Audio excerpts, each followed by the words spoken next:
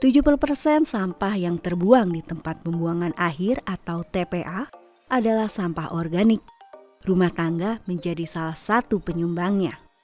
Tahukah Sobat IPB, sampah organik dapat menimbulkan bau tidak sedap.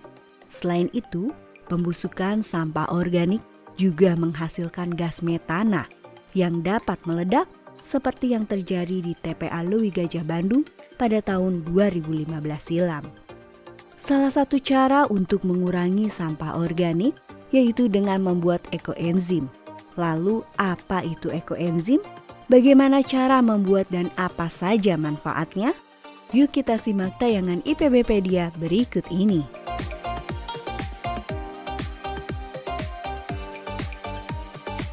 Ekoenzim adalah cairan alami serbaguna yang merupakan hasil fermentasi dari campuran gula, air, dan bahan organik seperti sayuran atau buah selama 3-6 bulan. Bersama Agrianita IPB, Dr. Meti Ekayani, dosen Departemen Ekonomi dan Sumber Daya Lingkungan, Fakultas Ekonomi dan Manajemen IPB University, giat melakukan kegiatan sosialisasi penggunaan ekoenzim, salah satunya di Desa Cibanteng, Desa Lingkar Kampus IPB, dan Desa Mitra Binaan, Departemen Ekonomi dan Sumber Daya Lingkungan. Ya, jadi kalau kita lihat beberapa data ya tentang komposisi sampah, itu lebih dari 50% sampah itu adalah sampah organik. Di mana sampah organik ini banyak belum terkelola begitu. Dan bagian dari sampah organik itu adalah tadi termasuk sampah dari sisa sayuran dan buah-buahan yang kalau misalkan sampah itu tidak kita kelola dan kita olah dengan baik, apalagi dibiarkan ditimbun dalam jumlah besar dan dia dalam waktu yang lama, nah itu bisa menghasilkan gas metan yang nanti bisa menghasilkan ledakan seperti pernah terjadi di TPA Leuwi Gajah beberapa tahun yang lalu hingga memakan korban. Nah, dengan kita mengelola sampah sayuran dan buah-buahan tadi menjadi ekoenzim, itu kita sudah membantu untuk mengurangi beban di TPA, sehingga menurut saya ini sangat bermanfaat. Proses pembuatan ekoenzim terbilang cukup mudah. Sobat IPB hanya perlu menyiapkan gula, sisa bahan organik seperti sayur dan buah, serta air dengan perbandingan 1:3:10. Proses pembuatan ekoenzim dimulai dengan menempelkan label yang berisikan informasi bahan yang digunakan serta tanggal pembuatan dan pemanenan ekoenzim. Dilanjutkan dengan mencampurkan gula aren dengan air sampai gula larut. Lalu masukkan bahan organik. Setelah semua bahan terendam dengan air, tutup wadah dengan rapat dan difermentasi selama 3-6 bulan. Dalam membuat ekoenzim ini ada beberapa hal yang perlu kita perhatikan. Pertama adalah tadi wadah, ya baiknya dari plastik dan dia mulutnya lebar. Kemudian yang kedua itu adalah air ya. Jika kita menggunakan air hujan itu harus air hujan yang langsung dari langit. Kalau dia melalui genteng atau dari talang itu harus kita diamkan dulu 24 jam. Demikian juga kalau air PDAM, air pump, itu juga harus kita diamkan dulu 24 jam.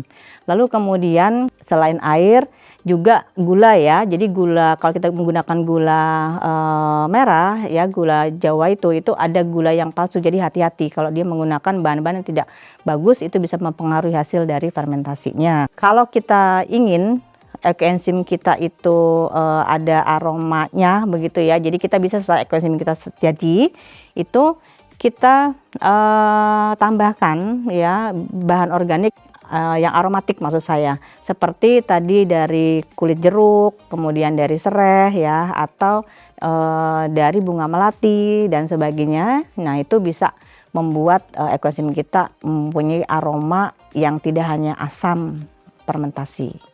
Ekoenzim juga dapat mengalami kegagalan dalam proses pembuatannya. Tapi jangan khawatir karena masih dapat diperbaiki. Ya, ekoenzim yang bagus itu yang dia pH-nya di bawah 4 ya. Kemudian aromanya baunya itu khas bau segar dari fermentasi. Jika kita kalau tape kayak gitu ya, seperti itu. Jika misalkan ekoenzim itu kita temukan di dalam wadahnya itu ada belatung, itu artinya dia ada masalah. dengan proses fermentasinya. Dan tidak usah dibuang ya, masih bisa kita selamatkan. Jadi caranya biasanya itu karena dia tutupnya kurang rapat, sehingga jadi ada mikroorganik lain ya masuk, jadi membuat jadi belatung tersebut. Itu cukup kita perbaiki tutupnya menjadi lebih rapat lagi, lalu kita taruh di bawah sinar matahari di pagi hari selama 30 menit selama 3 hari. Kemudian kita diamkan lagi di tempat yang semula 7 hari, kita cek. Nah, itu biasanya dia sudah hilang belatungnya.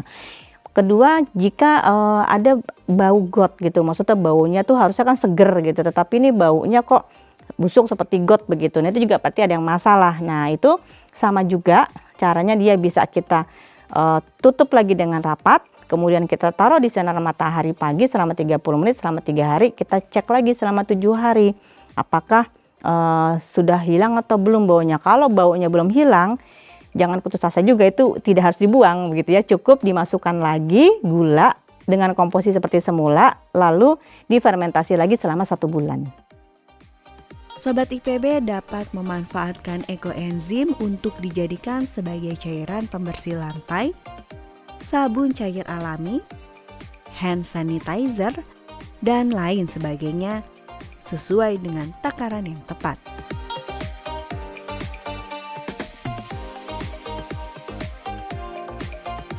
Ayo, mulai sekarang kumpulkan sampah organik kita untuk dijadikan ekoenzim yang memiliki banyak manfaat. Terima kasih sudah menyaksikan tayangan ini. Jangan lupa untuk like, komen, subscribe, share, dan nyalakan notifikasinya supaya kamu nggak ketinggalan tayangan terbaru IPB TV.